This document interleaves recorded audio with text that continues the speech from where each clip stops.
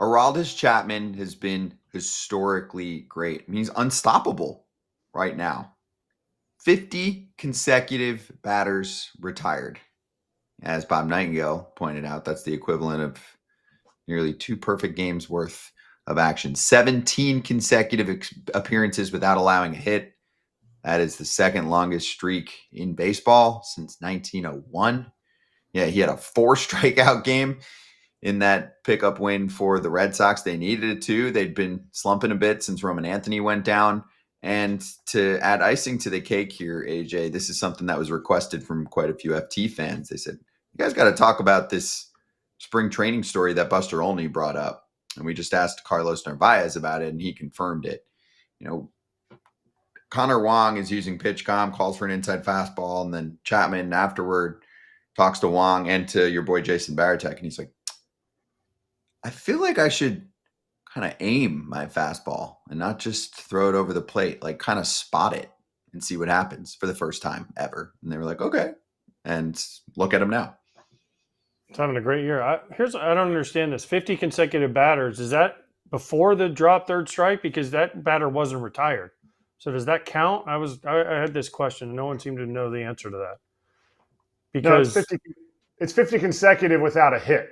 It wasn't a perfect game. Right. Well, no, it says Aroldis Chapman has retired 50 consecutive batters, but the guy got on first. He didn't retire him. Yeah, he struck him out, but he still didn't retire him. No, I don't know. I think if that happens in a perfect game, it's not considered a perfect game. Someone reached base, right? Do you see where I question whether this is right or not?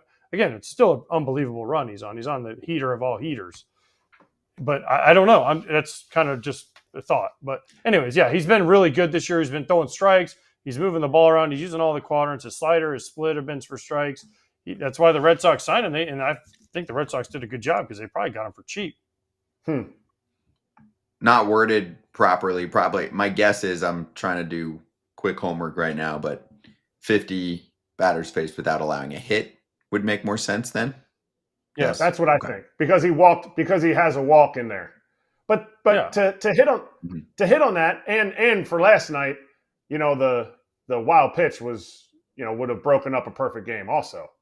But to hit on that, like, he's never been a guy that's walked a ton of batters. When he's gone well, he's never walked a ton of batters. But he's never been a 4-quadrant guy. He was always, you're going in and make sure you get into righties there and that ball cut in, or you're going away, which we rarely did. It was, you know, that ball would run away from a righty or it would go into a lefty and it would kind of bore in on their hands. But he could control the lanes pretty well. You didn't see a lot of misfires, even though Andrew McCutchen would disagree when he was throwing at his head some of the times early in his career. But I think Chappie, it's just cool to hear that he's now throwing to all 4 quadrants like he's a left-handed thumber coming out of the pen. He has unlocked another level at his age. It's amazing. So props to Aroldis Chapman. I mean, he's been the best reliever in baseball this year, right? Best reliever in baseball. Yeah. Who saw that one coming? Yeah, brilliant signing by Craig Breslow and the Boston Red Sox. Red Sox picked up that big win on Sunday, but yeah, stumbled a little bit before that against Arizona to create a little bit more separation here with Blue Jays, Yankees, Red Sox right now in the division, all in a playoff spot. What is it like catching him on the heater that he's on right now, 50 straight batters that he faced? You think he's so good, you didn't even want to catch the 1 strikeout so he could get 4 strikeouts last night. I told him yesterday, like, bro, you're still making history. You got a 4 strikeout, 9 innings save. So it's like, no, that pitch was gross. I don't know. Of course, this is my first year catching him. I didn't see him like when he was, I don't know, in 28, when he was throwing like 105. But bro, right now, to me, how he's pitching, how I look him from behind the plate, is on his peak, bro. He can throw 99 when he wants. He can throw 95. He can get the split down. He can throw the slider. Yesterday he got a couple days off and his fastball wasn't there, so we lean a little more on the off speed and the spin. So we got the slider and the splitter involved early. So it's like he's able to do that, bro. And his age, like 37 years old, he's able to This day, bro, the slider is the pitch, we can throw sliders. This day is the split, we can throw splits. And this day is the fastball, and you may see 10 fastball in a row. So it's like he's a pitcher, like he can do that right now, and he's always prepared, and he's know his business, bro. He's been in a in this league for a while, and he knows when he needs to come like right away throwing 100, he will do it. When he trying to command and trying to manage his workload, he can throw 95, and then as the bat is going, throwing 99. You know what I mean? So it's a I don't know, different animal. I'm so proud to just got him at this time of the year for him. Like such a history what he's doing, 50 batters in a row. So I just feels blessed to be behind the plate with him. Hey, Carlos, did you hear about that story where he goes in spring training? Oh, I think I'm going to actually spot my fastball now, a billion years into my big league career. Did you hear about that? It looks like you did from your smile. Yeah. And what did you think when he finally realized, yeah, I'm not just going to throw towards the plate. I'm actually going to aim this thing a little bit. Yeah, I mean it's kind of crazy, bro. Because I mean, when you as a catcher, you wanna call fastball away, fastball in, fastball opening, especially with the pitch come. So now, I mean, he's been elite for a while, and he's just saying like, okay, I'm actually locating my fastball now in when I want it, away when I want it. It's like, okay, just I mean, I don't know why you didn't before, but let's do it, you know. So it was I don't know, he's pitching with conviction now, and every pitch had a intent. So probably I don't know, all the credits on him what he's succeeding right now, but it was a big adjustment for him, bro. FT fam, let's talk about Fair Harbor. And if you're listening, I hope that you watch this conversation at some point because we're doing show and tell, Kratz. Shorts, they can be used as a bathing suit. And the liner, which we call butter, is the game breaker. It's the playmaker because it's different.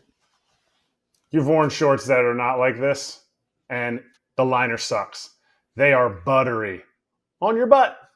I just came up with something for them. Your liner sucks. Get Fair Harbor liner. Seriously, give it a shot. I'm not just saying this. The butter analogy plays. And FT fam, you know we're hooking you up. fairharborclothing.com/foul. 20% off when you use the code foul on your first purchase.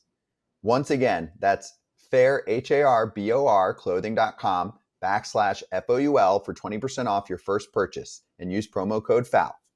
He throws two fastballs, and people don't know this, but his fastball, when he goes glove side into a righty, it cuts, correct?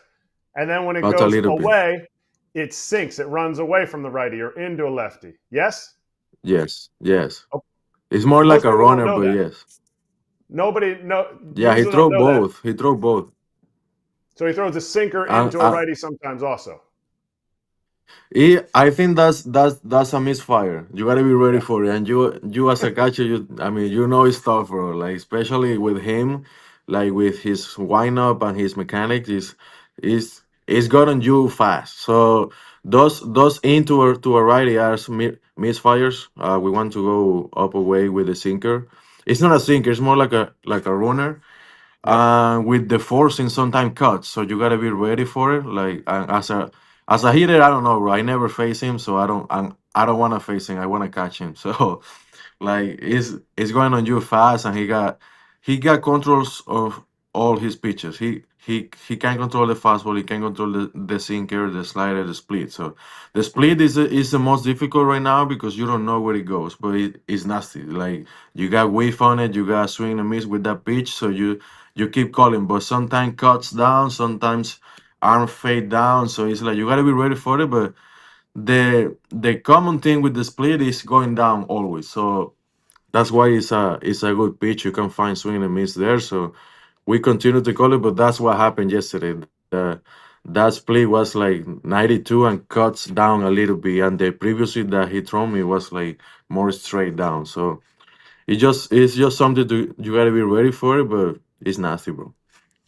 All right. Well, tell him when you see him today that I never had any problem catching him or hitting off him, and he'll know exactly what you're talking about. But that my question was going to be on that split. because I remember the first time I ever caught that split. He threw it one time in the bullpen in 2017, and it's like a knuckleball sometimes, like the way it comes out. And then in 18, he started throwing it in spring training. I remember catching him in 20 then and thinking, I didn't even want to call it. Do you ever sit there and go, just like you said, like it's going to be nasty? Do you ever sit there and go, I don't know, like this is a one-run game. I know this will get the strikeout, but I got to keep it in front. I'm not sure where it's going to be. Do you ever hesitate, or are you just like, no, whatever, we got this? Yeah, right now at this point, no. But early on the season, I remember one series we went to Milwaukee. That was like maybe early June. The split wasn't there. It was like he was throwing that on the dirt, like so. It was bad. It was bad. I remember we had a cool history. Like one day, I think was a save in Milwaukee, or not a save because I think we lost those 3 games. But it was one game there, and he is knocked that one like so bad. At front, I just blocked and it got me into the throat. So it's like okay, we after the game, like I just went on him in his locker and said like, hey bro, this splitter you're gonna throw again in December at your house. We're never gonna throw this split again. and then and then he got a little. I mean, he joked, but and then he was like, okay, you're gonna see that I'm gonna fix this pitch. And bro, like literally 2 weeks after, he started throwing the split. I think we were in New York, the first series in New York, and we threw one to Volpe. I remember that one, and we struck him out with that one. Said like, okay, bro, this is split place. And after that, bro, that was early, like mid June probably. And after that, the split is being amazing. Like I don't hesitate that pitch anymore. Like I say, you gotta be ready because you don't know where it goes, but like it is nasty. It is nasty, and like you find swing and miss. But now don't hesitate. Early June, probably May, but not now. Give me like one moment. I just want to say thank you to AJ. I just see him when I was young, see him catching, and of course Eric. I don't know Eric if you remember we met in the Yankees. I was so young, you were there, but I was I don't know like in rookie ball. But you guys like always fun to watch, and I remember Eric always had that a smile in your face, always joking. That was really cool to see when I was at that age. So thank you guys. No doubt. No doubt. That's By awesome. the way, man. Yeah. by the way, you can smack Veritek for me when you see him, please. I will. Yeah, just like that. Got it. Yeah. Thank you, boys. Say it came from me. Wow. He'll get it. Yeah, exactly. Don't just smack him unannounced. Definitely tell him, give him this disclaimer. Yeah, say this is from I'm gonna AJ. take a video. Just be I'm nice. gonna take a video of it. I'm gonna be like that. Hey, Yeah, bro, just this be is nice. from AJ. Yes, exactly. We have Yeah. a long history, so we know each other for a long, long time. So really good guy. Really good guy. I will, Thanks bro. again, Carlos. Thank you.